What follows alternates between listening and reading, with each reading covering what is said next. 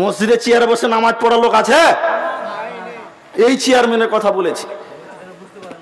অনেক মসজিদে দেখছি ভাই চেয়ারম্যান মেলায়, মসজিদে যে বলছে চেয়ারটা লিয়াই রে নামাজ পড়ে, সারাদিন দাঁড়িয়ে দাঁড়িয়ে ক্যারাম খেলছে, মসজিদে যে বসে বসে নামাজ পড়ে চেয়ারে। এরকম লোক আছে না নাই? এরা বলে আছে না নাই? অনেক আছে, এখানে না থাকলে অন্য জায়গায় আছে। আর দেখেছেন কি দেখেননি কোন দিন? টাকা আবার পড়ে দিয়েছে রে ভাই। হ্যাঁ, তো জেগে তো আমি বলছি দেখেন, হারাম হালালের ফতোয়া দিতে পারবো না, যেটা আমি যেটা বলছি।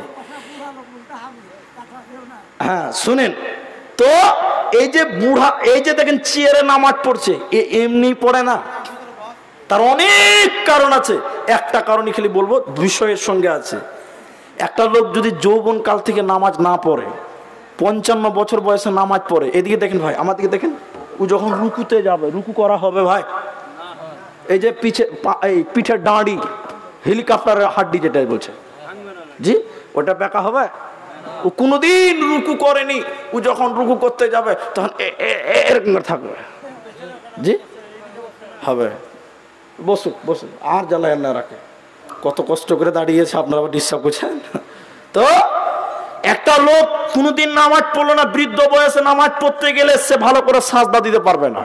আপনারা একটু হ্যাঁ বলুন। এই যে হাতটা বাঁকা করতে হবে, এই হাড্ডি বাঁকা হবে।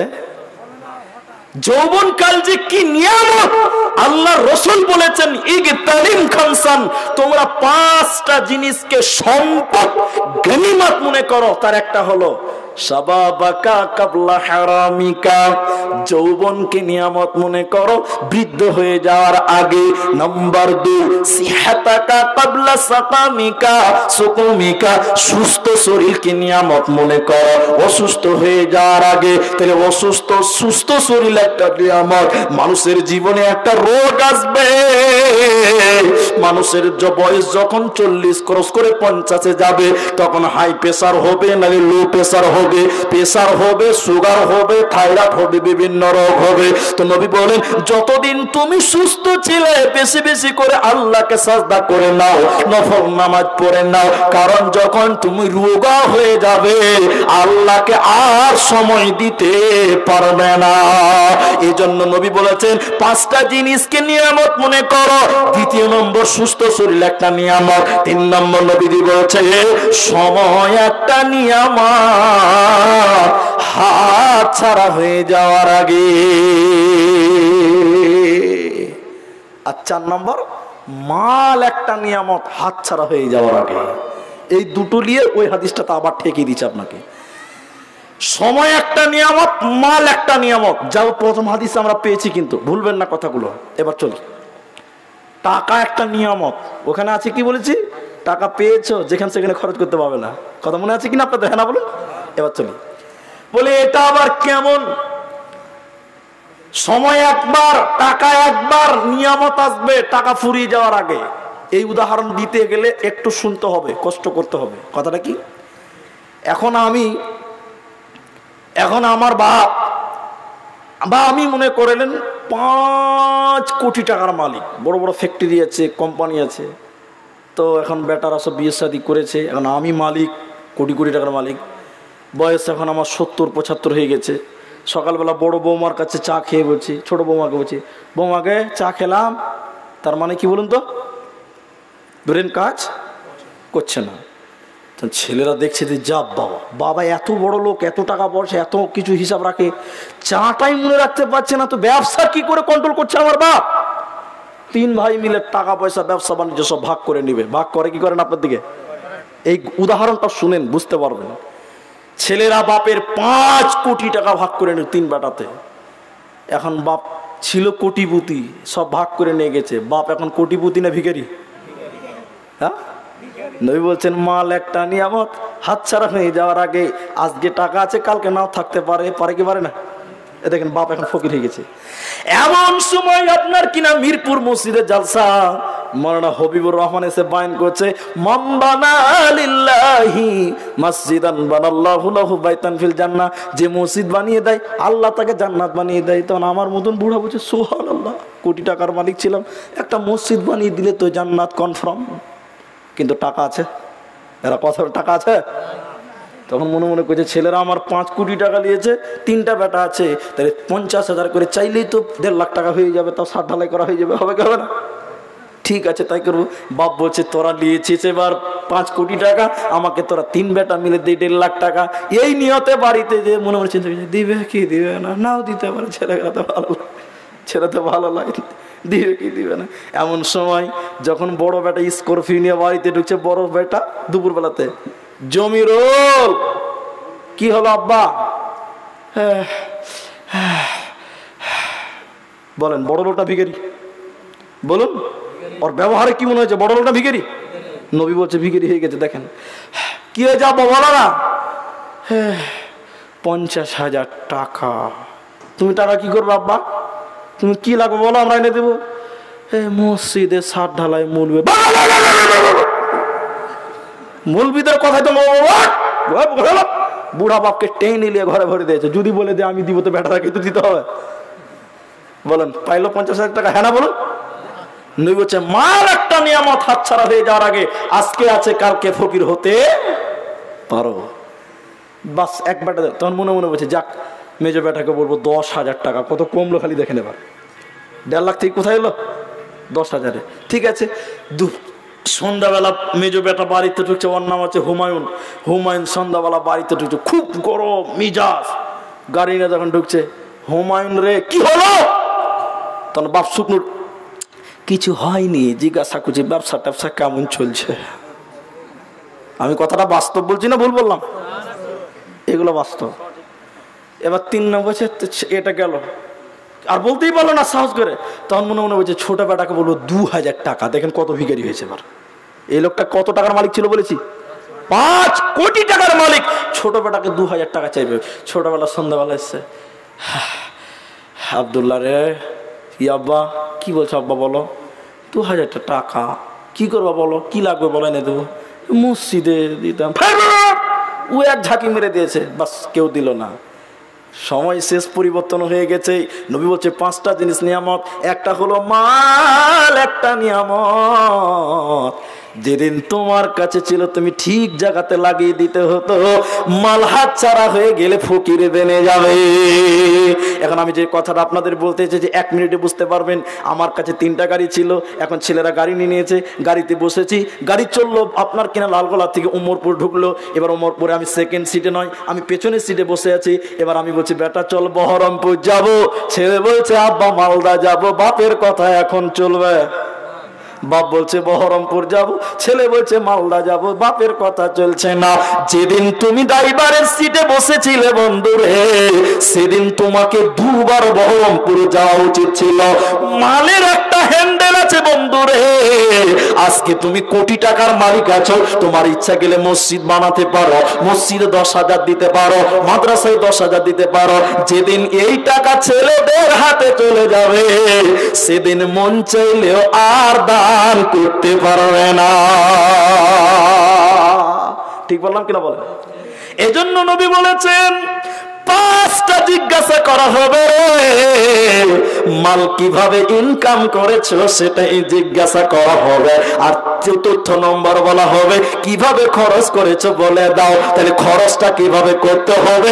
আল্লাহর রাস্তায় আল্লাহ বলছেন ওয়া আতাল মালা আলা হুব্বিহি যাবিল কুরবা ওয়াল ইয়াতামা ওয়াল মাসাকিন ওয়া আবনাস সাবিল। আল্লাহ বলে দিয়েছে কোন রাস্তায় ব্যয় করতে হবে। এজন্য নবী বলেছেন উম্মত রে, মাল একটা নিয়ামত, ফুরিয়ে হাতছাড়া হয়ে যাওয়ার আগে। এই জন্য কবি বলেছেন সকাল বেলায় আমির রে ভাই, ফকির সন্ধ্যাবেলা। নদীর কুল ভাঙে অকুল গড়ে, এই তো নদীর খেলা। সকাল বেলায় আমির রে ভাই, ফকির সন্ধ্যাবেলা। সে নদীর ধারে কোন ভরসায় এর বাদলি বাসা সুখের আশা। যখন ধরলো ভাঙন পেলি না তুই পারে যাওয়ার ভেলা। এই তো বিধির খেলা রে ভাই, এই তো বিধির খেলা। সকাল বেলায় আমির রে ভাই, ফকির সন্ধ্যাবেলা। 1 টাকাও কাজে আসবে না। শুনেলেন? তাহলে চারটা প্রশ্ন বলেছি, তিনটা নিয়ামত বললাম। যৌবন একটা নিয়ামত, বৃদ্ধ হয়ে যাওয়ার আগে। সময় একটা নিয়ামত, হাতছাড়া হয়ে যাওয়ার আগে। মাল একটা নিয়ামত, হাতছাড়া হয়ে যাওয়ার আগে। আর বলেছি সুস্থ শরীর একটা নিয়ামত, হাতছাড়া হয়ে যাওয়ার আগে। পঞ্চম নম্বর নবীজি বলছেন হায়াতাকা কাবলা মাউতিকা, মৃত্যুর আগে হায়াতটাকে তোমরা নিয়ামত মনে করে নাও। চলুন মেন বিষয়ে আমরা যাই। পাঁচটা প্রশ্ন সবাইকে করা হবে। তোমার সময়, তোমার জীবনটা আপনা আল্লাহকে বুঝিয়ে দিতে হবে। তোমার যৌবন কাল আল্লাহকে বুঝিয়ে দিতে হবে। কিভাবে ইনকাম করেছো সেটা আপনাকে বুঝিয়ে দিতে হবে। কিভাবে খরচ করলেন সেটা বুঝিয়ে দাও। ইয়াতি আলান নাসি জামানুন, হযরতে আবু হুরায়রা আফসোস করে নবীজি বর্ণনা করছেন। নবীজি বলছেন এমন একটা জামানা আসবে মানুষেরা পরোয়া করবে না, তাওয়াক্কুল করবে না কিভাবে সে উপার্জন করলো। 5 নম্বর যেটা প্রশ্ন করা হবে বন্ধুরে, যা জেনেছো তা মেনেছো কিনা। বাস দেখেন এদিকে, যা জেনেছো তা মেনেছো কিনা, যা জানতে তা মানতে কিনা। এখন আপনারা সবাই একটু মুখ খুলে বলেন আমরা যা জানি তা মানি। একটু বলুন যা জানি মানি। মানি না। যা জানি আমরা তা মানি না। জিজ্ঞাসা করা হবে যা জানো তা মেনেছ কিনা, যেটুকু জ্ঞান অর্জন করেছিলে তা মেনেছ কিনা। এই জন্য একজন বলছে জানার চাইতে না জানা ভালো, একজন বলছে শোনার চাইতে না শোনা ভালো। দুইটির পেছনে যুক্তি এবং দলিল আছে। বলে কেন শোনার চাইতে না শোনা ভালো, এটা কেমন কথা? রাসূলের সাহাবীদের অভ্যাস ছিল ক্বালু সামি'না ওয়া আতা'না, সাহাবীরা শুনলেই মেনে নিত। এবার আপনি শুনলেন জানলেন দুটি হয়ে গেছে, কিন্তু মানলেন না। না জেনে শুনে না মানলে আপনাকে শাস্তি বেশি ভোগ করতে হবে। এই জন্য শুনেলেন হাদিসে বলা হয়েছে কিয়ামতের দিন আল্লাহ তার বান্দাদেরকে ৫ম নম্বর বলবে যেটুকু জেনেছ সেটুকু কতটুকু কিভাবে মেনেছ আমাকে বুঝিয়ে দাও। সবাই জানেন এটা ঠিক ওটা বেঠিক, কেউ কিন্তু মানি না। কিয়ামতের দিন এদের কোনো উপায় রবে না। কি শাস্তি হবে শুনে নাও তখন, যখন 5টা প্রশ্নের উত্তর দিতে পারবেন না। কি শাস্তি হবে চলুন আমরা বিষয়টার দিকে আপনাদের একটু করে আর একটু আগাই। আল্লাহ তাবারাক ওয়া তাআলা সেদিন প্রতিটি মানুষকে, আমার দিকে তাকান মায়েরা, পর্দাতে ছেলেরা আমার দিকে তাকান, প্রতিটি মানুষকে তার হাত এরকম পেছনে করে বাঁধবে। সে যত বড় ক্ষমতাশীল হোক, অমিত শাহ হোক চাই নরেন্দ্র মোদী হোক, যত বড়ই ক্ষমতাশীল হোক না কেন, সেদিন তার পেছন দিকে এরকম করে হাত করে বাঁধা থাকবে। এরপরে আল্লাহ তাবারাক ওয়া তাআলা যারা এই 5টা প্রশ্নের উত্তর দিতে পারবে না ওদেরকে তার করে আল্লাহ বলবেন জাহান্নামকে। জাহান্নামে ৭০,০০০ লাগাম আছে, যেটাকে ধরা হয় তাকে লাগাম বলে। প্রতিটি লাগামে ৭০,০০০ করে ফেরেশতা আছে। আল্লাহ এবার বলবে ও ফেরেশতার দল, জাহান্নামকে তোমরা কিয়ামতের ময়দানে হাজির করো। সেদিন কুখ্যাত বেঈমানেরা ওদের হাত পেছনে বাঁধা আছে, ফেরেশতারা জাহান্নামকে টেনে টেনে টেনে টেনে কিয়ামতের ময়দানে হাজির করবে। জাহান্নাম এত রেগে গেছে, জাহান্নাম এত রাগান্বিত হয়েছে, মেঘের যেমন গর্জন মারে, বিজলি যেমন চমকায়, মেঘ যেমন গর্জন মারে, ওই রকম করে জাহান্নাম চিৎকার করবে, গর্জন মারবে। জাহান্নাম কিয়ামতের ময়দানে হাজির করবে। অত্যাচারীদেরকে পেছনে বেঁধে রেখে দিয়েছে। এবার আল্লাহ তাবারাক ওয়া তাআলা ওই বেঈমানগুলোকে বলবে, অত্যাচারীগুলোকে বলবে, মুজরিমদেরকে বলবে তোরা ডাক জাহান্নাম। দাউ দাউ করে জ্বলছে, মেঘের গর্জন মারছে। আল্লাহ কোরআনে আয়াত নাজিল করে বলছে, তখন আল্লাহ বলবে হাদিহি জাহান্নামুল্লাতী কুনতুম তুআদুন, এটাই সে জাহান্নাম যে জাহান্নামের ব্যাপারে দুনিয়াতে তোমাদেরকে ওয়াদা দেওয়া হয়েছিল। মুলবিরা জাহান্নাম জাহান্নামের বয়ান করেছিল, তোমরা মস্কারা করেছিলে, বলেছিলে মরার পর কিছুই নাই। আল্লাহ বলবে দেখলে বেঈমান, ওরে মুজরিমের দাগ জাহান্নাম, হাজিহি জাহান্নামুল্লাতী কুনতুম তুআদুন। আজকে তোদের এই জায়গাতে যেতে হবে রে, তোদের আজকে পালাবার উপায় রবে না, রবে না, রবে না। কি করলি তুই ভাবে এসে, মায়া জালে গেলি ফেসে। কি করলি তুই ভাবে এসে, মায়া জালে গেলি ফেসে। আজরাইল এসে ধরবে কোসে, কে বাঁচাবে তোর প্রাণ। ওরে মুসলমান তোরা হারাস না ঈমান, ওরে মুসলমান তোরা হারাস না ঈমান। যদি করিস নামাজ রোজা, থাকবে না তোর পাপের বোঝা। যদি করিস নামাজ রোজা, থাকবে না তোর পাপের বোঝা। মরণ কালে পাবি রে তুই জান্নাতি আদান। ওরে মুসলমান তোরা হারাস না ঈমান। সেদিন কোন রকম রেহাই হবে না, জাহান্নাম নিজের চোখে দর্শন হবে, নিজের চোখ সেদিন জাহান্নাম দেখবে। এরপর এই লোকগুলোর অবস্থা কি হবে? খেলা শেষ হয়নি এখনো। আল্লাহ এবার বলছে তোদের জন্য জাহান্নাম। কেন কেন আল্লাহ কেনে যাব? আল্লাহ কথাই বলছে ইসলাউহাল ইয়াউমা বিমা কুনতুম তাকফুরুন, সূরা ইয়াসিন পরপর আয়াত। আল্লাহ বলছে তোরা অস্বীকার করেছিস, তাকফুর নাকচ করেছিলি, আল্লাহকে আমাকে নাকচ করেছিস, অস্বীকার করেছিস, এর জন্য তোদের এই জাহান্নাম যেতে হবে, এই জাহান্নামে। এবার কি হবে? হ্যাঁ, তোমার ফেরেশতা এগুলো খানক আমাদের নামে বদনাম লিখে রেখে দিয়েছে, এগুলো আমাদের নয়, এগুলো আমাদের না। তো তোর যে না, তুই কি করে বলবি রে? তুই তো প্রশ্ন উত্তর দিয়ে পারিস নি 5টা। আল্লাহ বলছে হ্যাঁ। এবার আল্লাহ তাবারাক ওয়া তাআলা যারা দাঁড়িয়ে আছে কিয়ামতের ময়দানে, এই 5টা প্রশ্নের উত্তর দিতে পারবে না, তাদের আরো কনফার্ম জাহান্নামী বানাচ্ছে। কেমন করে দেখেন, অপরাধী প্রমাণ করছে কেমন করে। আল্লাহ তাবারাক ওয়া তাআলা তখন ওদের মুখে এই 2টি ঠোঁটকে সিলাই করবে। হাজি ভাই, 2টো মুখ যদি এরকম খেলে একটা এই কি বলে পিন মেরে দেয়, এরকম 2টো পিন যদি এরকম মেরে দেয়, মুখ দিয়ে কথা বার হবে? বাবা বাবা বাবা বাবা, কথা বার হবে না, বার হবে? আল্লাহ তাবারাক ওয়া তাআলা কি বলছেন?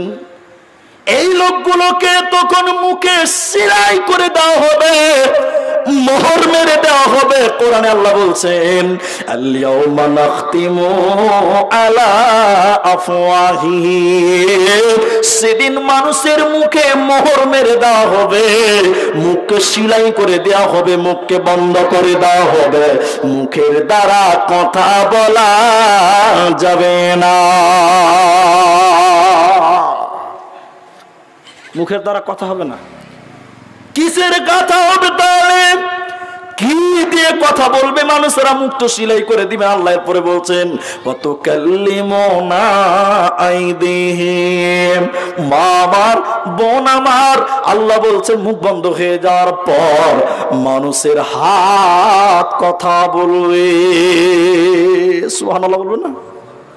হাজি, হাত কথা বলবে। আল্লাহ কোরআনে বলছেন কত কাল্লিমুন, কথা বলবে, জবান খুলবে। হ্যাঁ, আইদিহিম ইয়াদুর মানে হাত। হাত কি বলবে শুনেলেন?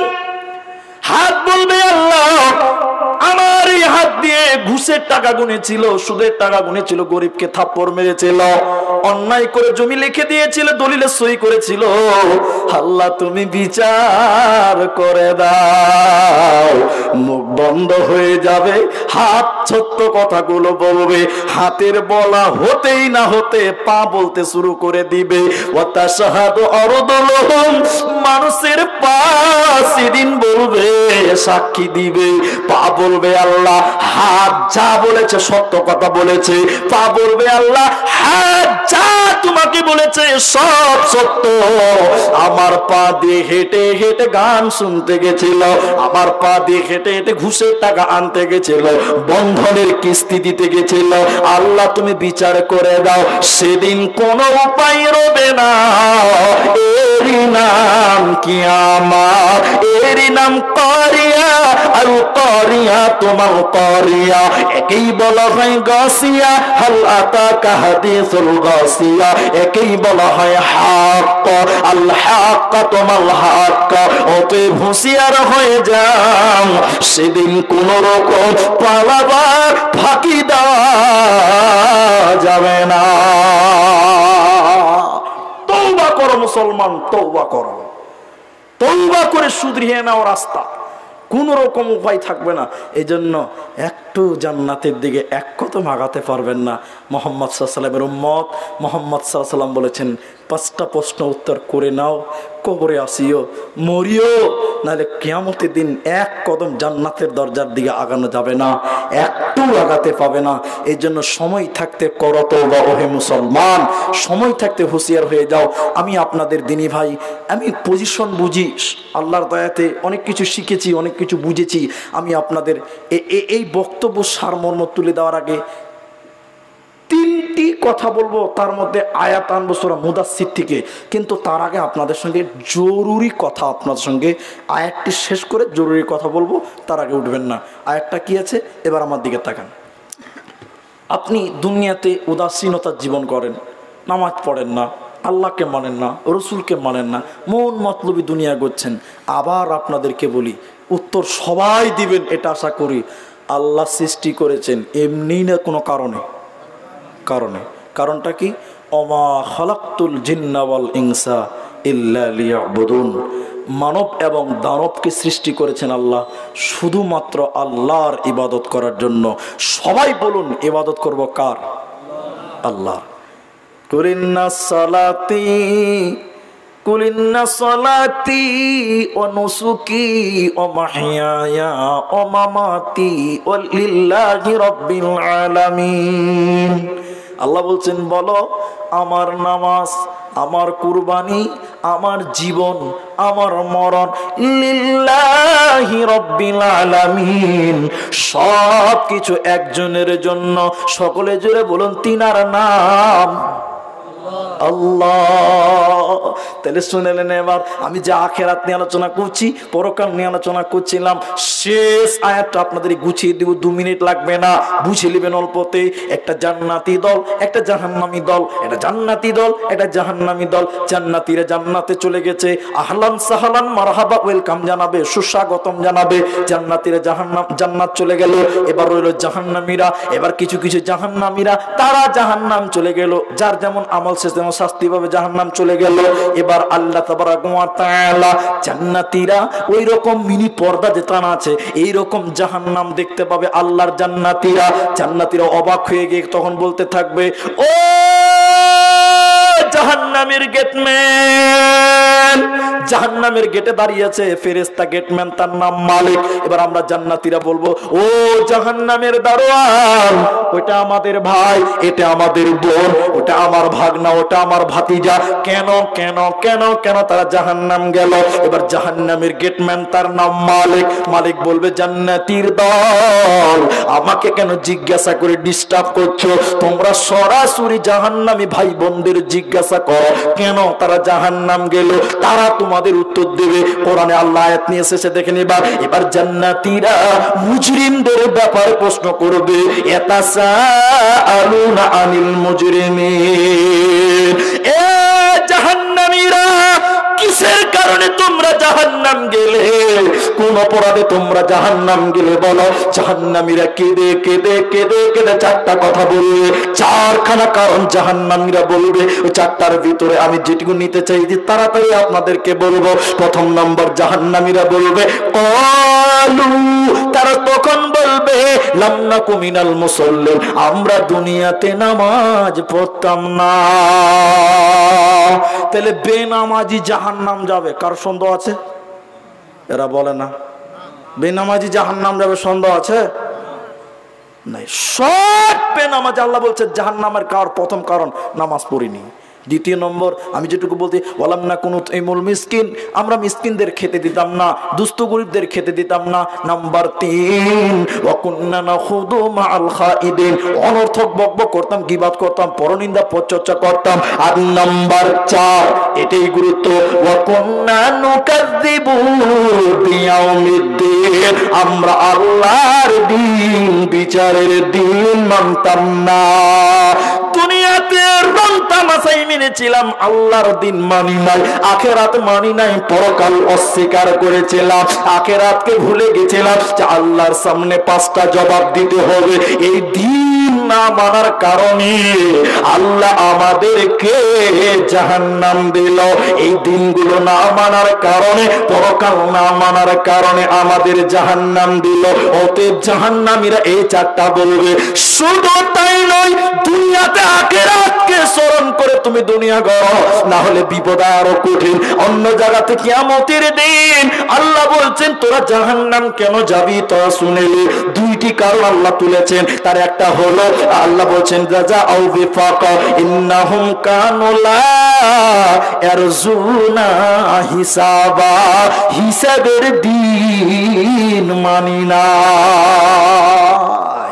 আল্লাহকে জবাব দিতে হবে, হিসাব দিতে হবে। এই হুঁশ আমাদের দুনিয়াতে ছিল না। মুলবিরা বলেছিল এই নামাজ পর মরতে হবে, মরে কি হবে, মরার পর কিছু নাই, আমরা হাই হাই করে কাটিয়ে দিয়েছিলাম। সবচেয়ে গুরুত্বপূর্ণ কথা, আমি মুলবি আব্দুর রহমান, আপনারা জালসা শোনেন, আমি জালসা করি, এই জন্য আপনাদেরকে বলি।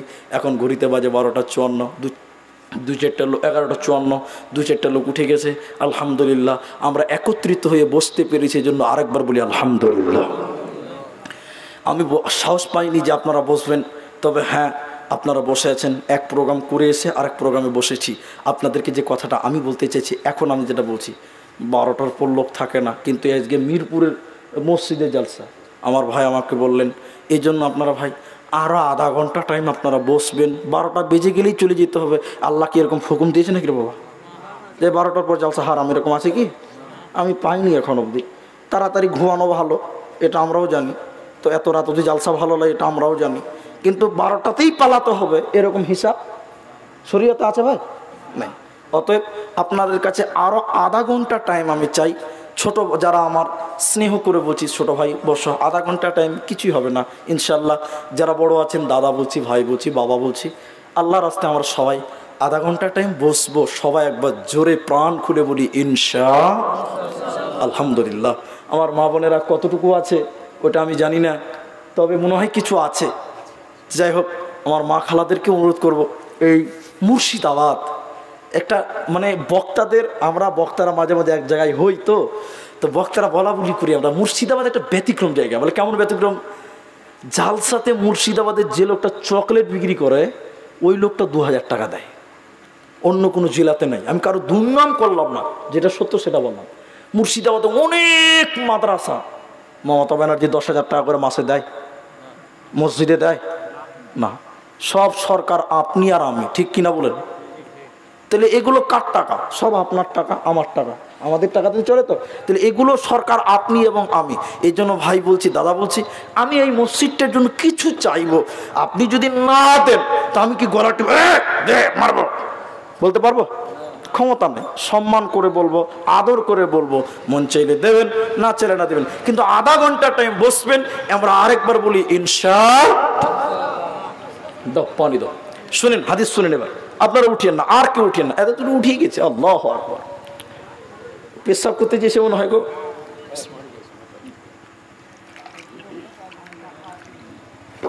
আলহামদুলিল্লাহ। তো আমি যে আপনাদের আলোচনায় নিয়ে আসছিলাম, সবচেয়ে কামিয়াবকে, যে পরকালে কামিয়াব হবে সেই হলো প্রকৃত কামিয়াব, নাকি বলছেন? মাধ্যমিক পাস, উচ্চ মাধ্যমিক পাস, গ্র্যাজুয়েশন কমপ্লিট করেছি, MA BA সব ক্লিয়ার করেছি, pass pass pass pass pass. আল্লাহর আদালতে যদি ফেল পড়ে যায় কোনো লাভ হবে না। তাহলে কামিয়াবি নিতে গেলে ওইখানে নিতে হয়। কে কামিয়াব?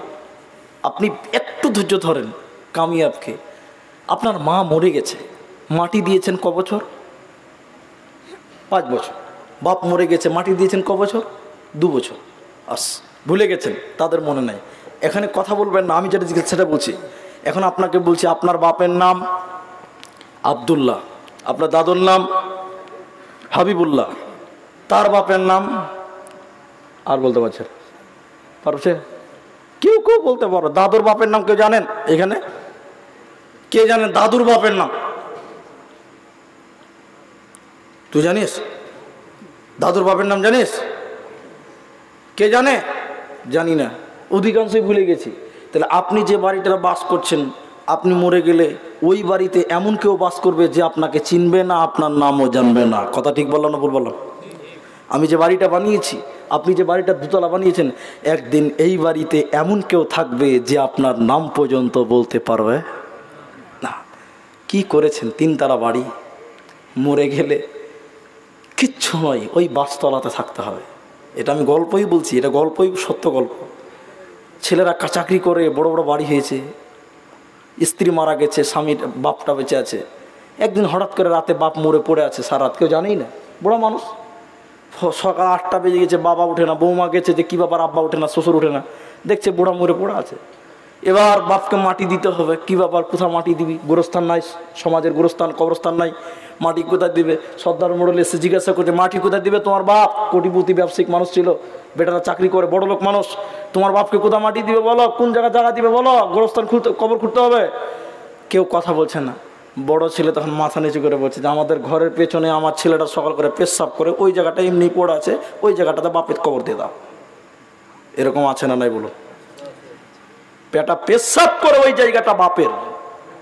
কি করেছেন দুনিয়াতে বলুন তো ভাই? কি করলেন নিজের জন্য বলুন? কিচ্ছু করতে পারেনি নিজের জন্য। মরে গেলে সব তিলে তিলে ভাগ করে নেবে। ভাই মরে গেলে আপনাকে কেউ মনেই রাখবে না। রাখবে? পৃথিবী কারোর জন্য কখনো থেমে থাকেনি, থেমে থাকবেও না। আপনার স্ত্রী 3 দিন, 3 মাস, 3 বছর কাঁদবে, তারপরে ভালো সঙ্গী পেলে ম্যাডাম আরেকজনকে গলা ধরতে পারে। পারে কি পারে না বলেন? ছেলে 2 দিন কাঁদবে, 2 মাস কাঁদবে, তারপরে পরের বছর ঈদের দিন দেখবেন শ্বশুরকে নিয়ে সামাই লাচ্ছি খাবে। বাপটা মরে গেছে, বাপের কবরের কথা মনে পড়ে না। আপনাকে দান করতে বলে দান করেন না, জমা করছেন ছেলে মেয়েদের জন্য। কি লাভ হবে? আমি বলিনি জমা করা হারাম, জমা করতে হবে। জন্ম যেহেতু দিয়েছেন, ব্যবস্থা করেই যেতে হবে, আপনাকে দিতে হবে। ছেলে মেয়ের কিছু করতে হবে। আমি বলিনি সব ছেলে মেয়েদের জন্য করেন, কিছু কিছু নিজের জন্য করতে হবে। ঠিক না বলেন? আজকের এই জালসাটাতে নিজের জন্য বাড়ি করেছেন, 3 তলা, ছেলে থাকবে, 3 বিঘা জমি ছেলে মেয়েরা ভাগ করবে, 3টা পুকুর ছেলে মেয়েরা নিবে, মরার পর কিচ্ছু আপনার যাবে না। রসুল বলছেন 3টা তোমার নিজের সঙ্গে যায়, 3টা তোমার নিজের ফান্ডে থাকে। তার একটা হলো তুমি যেটা দান করলে এটাই তোমার ফান্ডে থাকে। আজকের বৈঠকে কেউ উঠবেন না, উঠবেন না, উঠবেন না, উঠবেন না। একটা লোক বলুন, মৌলভী সাহেব সব ধোঁকা, কিচ্ছু আপন নয়, নিজের কিছুই করতে পারিনি, সারা জীবন পরের জন্যই খাটলাম, যারা কোনো কাজে আসবে না। নিজের জন্য 5টা হাজার টাকা মসজিদে দিলাম, এটাই আপনার, বাকি কিছু আপনার নয়। একটা লোক বলতে পারবেন যে মৌলানা 5টা হাজার টাকা এই মসজিদটা তো আমি দান করব। আমি আপনাকে শেষের বেলায় 2টি হাদিস শুনিয়ে আপনার জন্য একটা দোয়া করে দিয়ে যাব। একটা লোক হাত তুলে বলুন, মৌলানা সাহেব নিজের জন্য 5টা হাজার টাকা মসজিদের ফান্ডে আমি দান করলাম। বিশ্বাস করুন এই দান কাল কিয়ামতের দিন নাজাতের ওসিলা হয়ে আপনার সপক্ষে দাঁড়াবে। বাকি যেগুলো বাড়ি গাড়ি করেছেন ছেলে মেয়েরা যদি ওগুলোতে হারাম ভাবে ব্যবহার করে আপনার পাপ হবে। অতএব শুনলেন, নিজের জন্য একটা লোকের কাছে চাইছি 5টা হাজার টাকা।